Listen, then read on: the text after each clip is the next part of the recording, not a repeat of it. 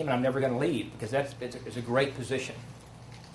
If you can make a six-figure income and not have all the expenses to go with it, it's a pretty good deal. Take some time off. Anyway, it's a good thing. So to get agents, when you're going to bring on a buyer's agent or someone to help you. If they're new in the business, they typically don't last.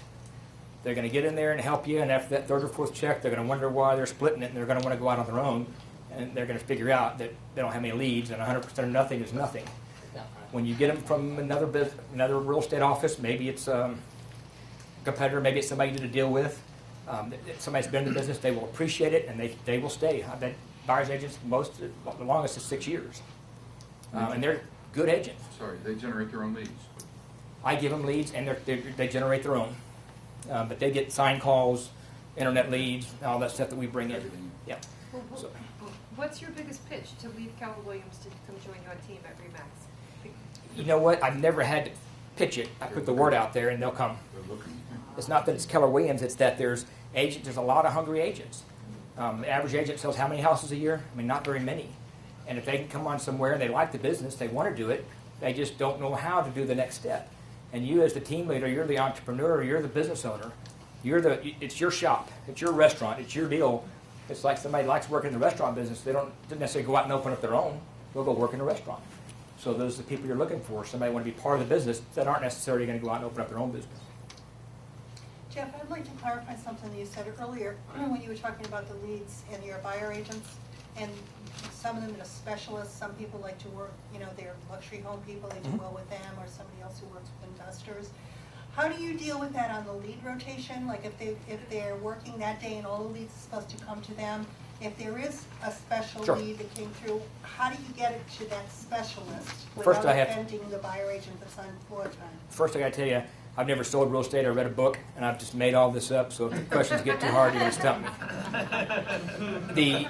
There are times I tell them up front is that if you're newer, you've been in the business for 6 months, or maybe you're new on our team, maybe you've been in the business for 2 years, you're new to our team, and I've got $1 million buyer, I'm going to tell them up front, we may pass you up, and I'll give it to somebody that I can trust him with, but we'll make one up to you, as it goes down the line, and it just evens out. There's, buyers agents never want me to hire another agent, and I do, and it's never a problem. There's enough business for everybody. I think the main thing is people have to realize that it's a team. That's the number one thing is when they get the team.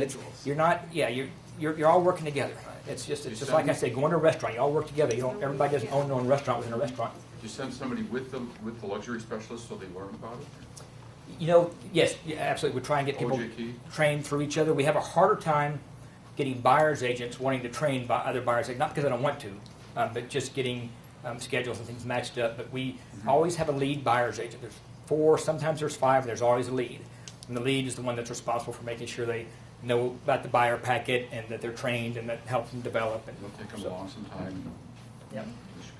And if they work with them, we'll give them a little override. And so listings, they get trained by me, and I hope they never leave because it's a hard position to fill. Yeah. Do you pay more to the lead buyer's agent? They'll get an override if we have somebody that's helping out, and we usually do, but not always. They'll get a few percent, on every deal that they help the person for a while, and it's a little extra. It's funny though, when you build a team as a team, they're not concerned about that usually. They're not busy. They'll go help. It just doesn't usually get down to that. How about open houses? We don't do them. We'll do them occasionally if we're trying to. I don't know who asked the question. I was looking the other way. We don't do them much. Our market, they just don't work well. They really don't have it for years. Other markets, I know they work great. We'll put the buyer's agents, we'll go out and do them if they're trying to generate some business and go out in our listings and do them, but they just don't do well for us. Yes. Can I just ask as a point of curiosity, like how much of your listings does your team end up double-ended by having this team structure? It's way down the past couple of years. It's single digit.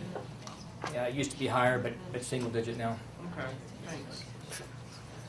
When you're hiring people, I'm going to talk about the DISC personality profiling here in just a second, because when you're hiring people, it's so important you hire the right person for the job.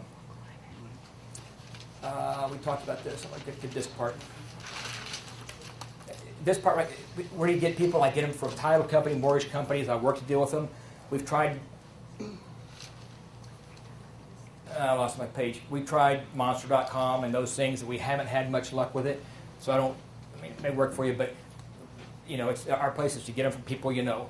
When you need an admin person, or when we need an admin person, the best person we find one is somebody that admin person that's already there knows. Birds of a feather flock together. You get somebody with integrity, hard worker, good in your office. Their friends are usually very much like them, or people that they know. So when you're looking for help, the people that you know are the best place to find the help. Especially in an economy where it's a little harder to find a job now, there's people out there that can fill those jobs for you. I love this tool right here, the DISC personality profile.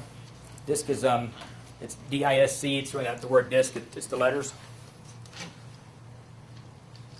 Some of you are familiar with the DISC or personality profile. There's obviously all sorts of programs out, or companies that do personality profiling. This one I like because it's easy. If you can imagine, there's a circle here, and you put a little cross through it. See that? And then put a D in this corner, I-S-C. And again, this is on your handout that's in an airplane somewhere. But D-I-S-C.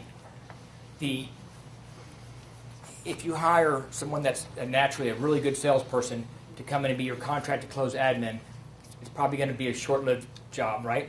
If you hire a real detailed bean counter accountant, you know, well, they're probably not a good salesperson. They're different parts of the brain. We use this test for